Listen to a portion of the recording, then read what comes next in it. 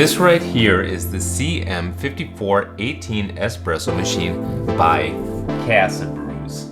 Now this is a machine that is advertised with 20 bar espresso pressure, and it is really modeled after the Delonghi Dedica.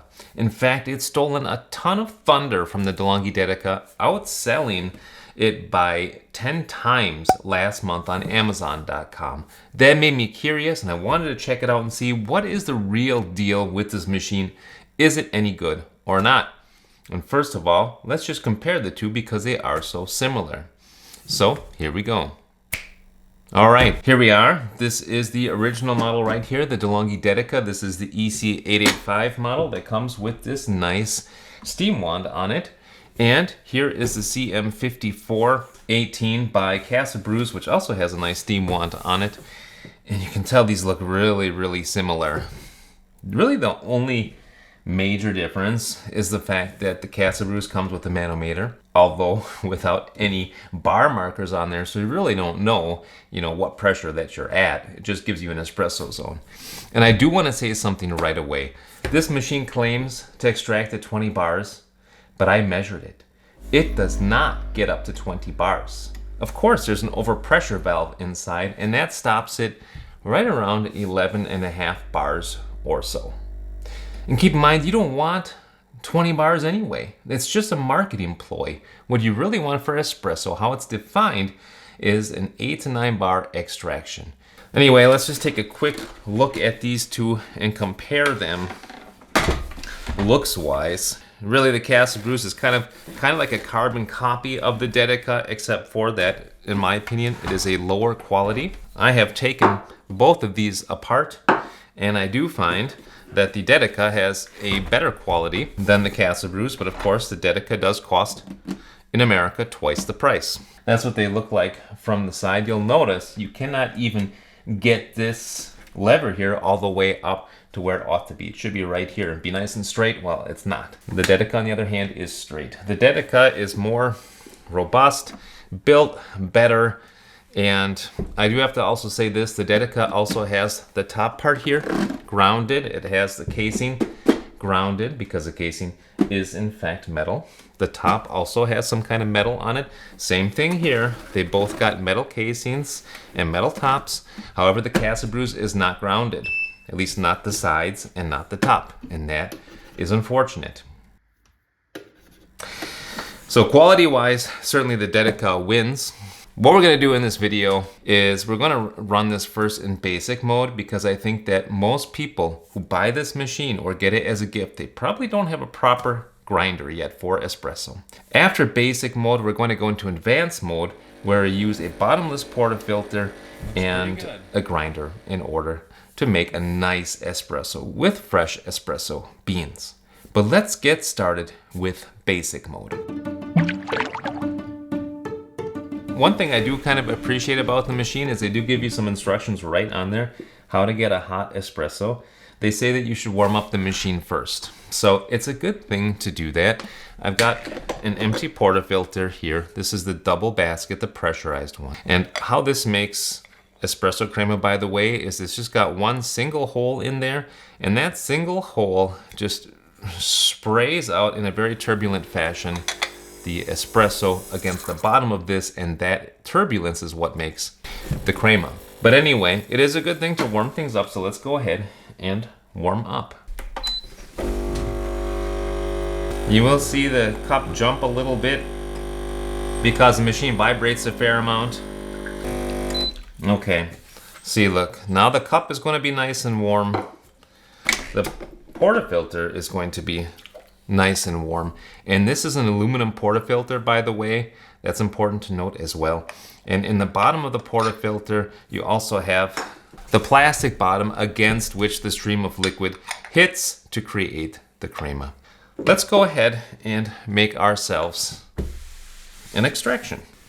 So this is something anybody can do. Just buy yourself some pre-ground espresso and you can dump in about 13 grams or so. It's right around ½ an ounce. You can fit in here and make yourself a pressurized extraction. So let's go ahead and do that. So the machine comes with this scoop. You can put in about close to 2 scoops, maybe 1.5 scoops in there. Oop, 15.8, that's too much. We're gonna aim for almost 14 grams. You can just kind of smooth it out here on the top as well as you can, and then give her a tamp. So on the other side of this spoon is a little plastic tamper. Just try to put it on there as straight as you can and press down. Put this guy in the machine. Now this is all nice and warm. Machine's been warmed up, cup is warm, and now we can go to town. I do like to weigh my shots. As I mentioned, we put in 14 grams in, so we're gonna look for about 28 out, and that's going to give you a good ratio, and that should give a relatively balanced shot. If you get too much out, it could get bitter, and too little out, it could be sour.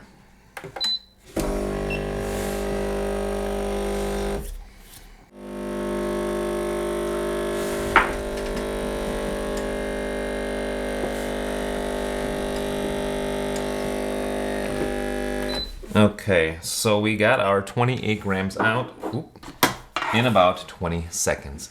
And you see that it keeps dripping. Most of these cheaper machines do keep dripping because there is no 3-way solenoid valve in there to release the pressure off the puck. I do recommend that you wait 60 seconds before trying to remove this.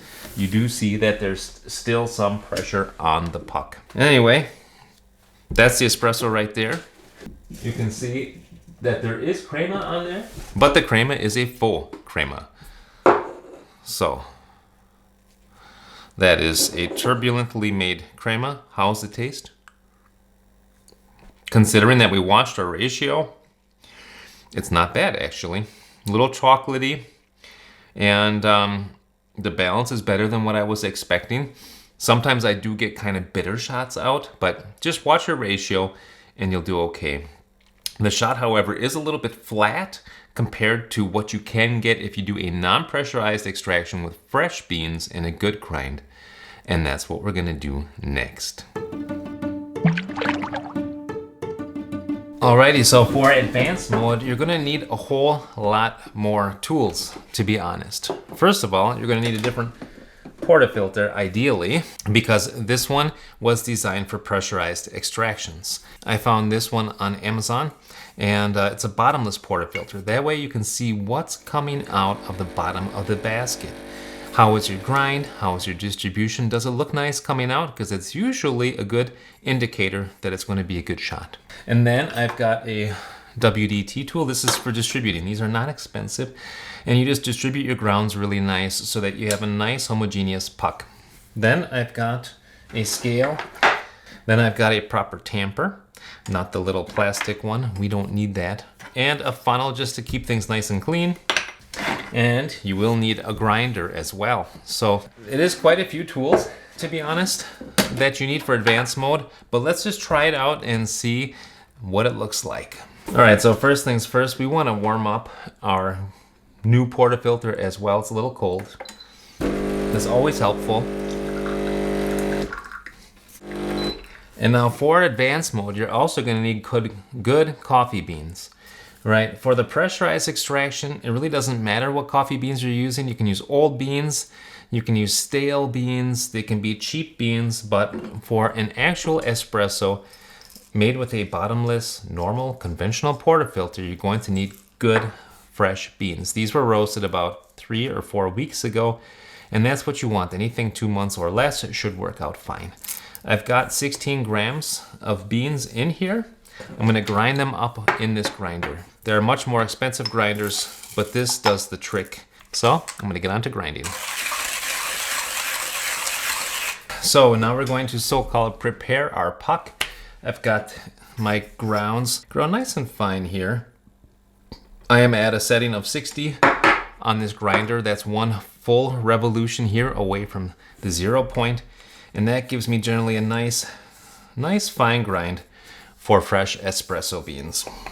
You will notice it's a fair amount more work to make espresso like this, but I think it's worth it. So we got our dose in there, and this is where we're going to do just a little bit of WDT, make sure that there's no clumps in there ideally, and that we have it distributed in a homogeneous fashion so that we have one nice puck there. Okay. I use the funnel just to keep things a little bit cleaner. And now we got to do our tamp. In my opinion, tamping is nothing too difficult. You just want to make sure to tamp straight down as well as you can.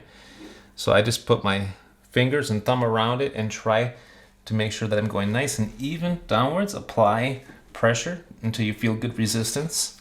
Then you can polish it once and you got yourself a nice puck there. So we'll put this in the machine, and what we're going to do next is make our extraction, and we're also going to weigh it. So a standard espresso recipe is 1 part in to 2 parts out. So we've got 16 grams in there, and we're gonna go for 32 grams out.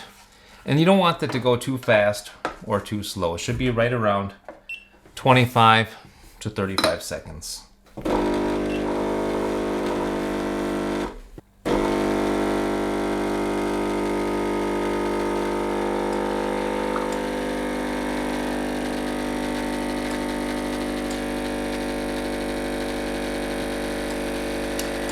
Looks pretty good. 20, 30, and right there. So about 24 seconds, and we've got, whoa. Now that's actual crema. That is real crema made because of the resistance that the puck offers to the incoming flow of water. Oh yeah, that's much different. That has got really good body to it. Nice and thick, syrupy, chocolatey on the tongue. A much different depth of flavor, a little bit of sweetness to it. This is a completely different espresso shot than the first one. Now let's go ahead and use this machine to steam some milk. Steaming milk with this machine is just like any other machine. Turn it on to steam mode with this button here. And you gotta wait for it to come up to temperature. Then we're gonna purge some of the water out of there and go to town with our steaming.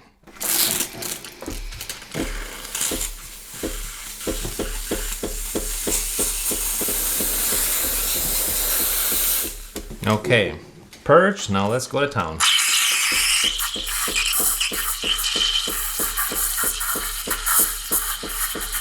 This machine doesn't have a whole lot of power. You want to put the tip right around at the top so that you can shoot some of the air into the milk. What you're doing right now is stretching the milk. You're adding some air into it. That's what those sounds are. And you want to always have it be twirling around in a kind of whirlpool because you want it to incorporate. So you want to incorporate that airy milk into the rest of the milk to make it one homogeneous mixture. So after you've added enough air, you can submerge the tip just a little bit. You still want it to keep going round and round. And this sound, by the way, that's normal. All thermal block machines do that. What it's doing is just putting little spritz of water into the thermal block so it can flash steam. Okay, now that's good enough. Quite hot.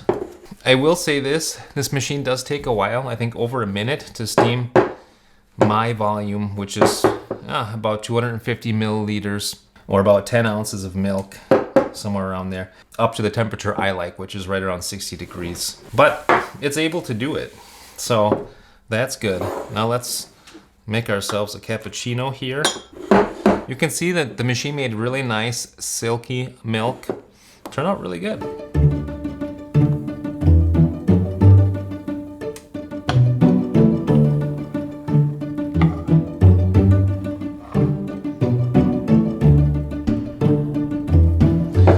So that's what our cappuccino looks like right there. Does a good job at steaming the milk in a nice silky fashion, as you can hopefully see there. By the way, guys, after you steam, very important, you have to deselect the steam mode, just like that. And now before you can pull any espresso shot, because it's still too hot, what you have to do is simply flip this switch here, which also gives hot water. It's gonna run water through that thermal block and cool it down.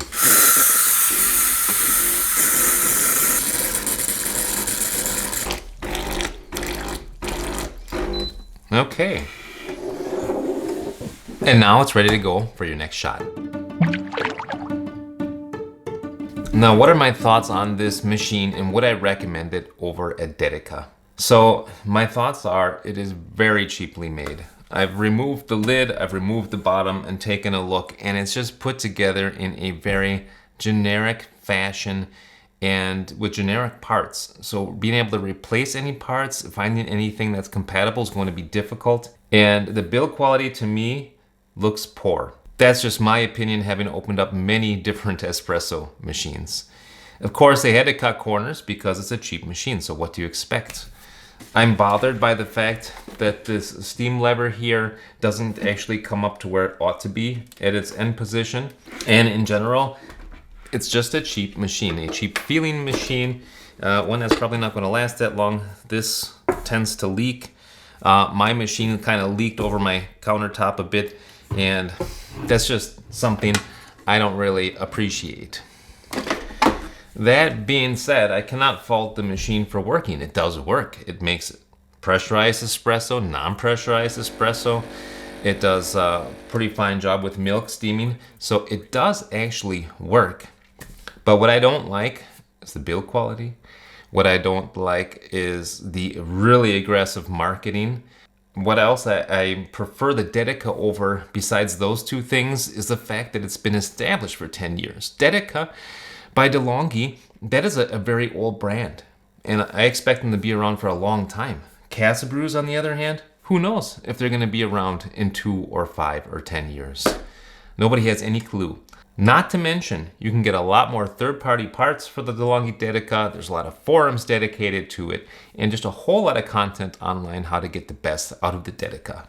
So, my recommendation is, if you have not bought this machine and you're considering this or the Dedica, I would suggest the Dedica if you can swing it. If you have bought this machine, however, or received it as a gift, I do hope that this video was helpful for you guys in using it in basic mode and in advanced mode.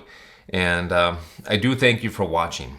Until next time, I say happy coffee drinking and happy espresso drinking. Bye now.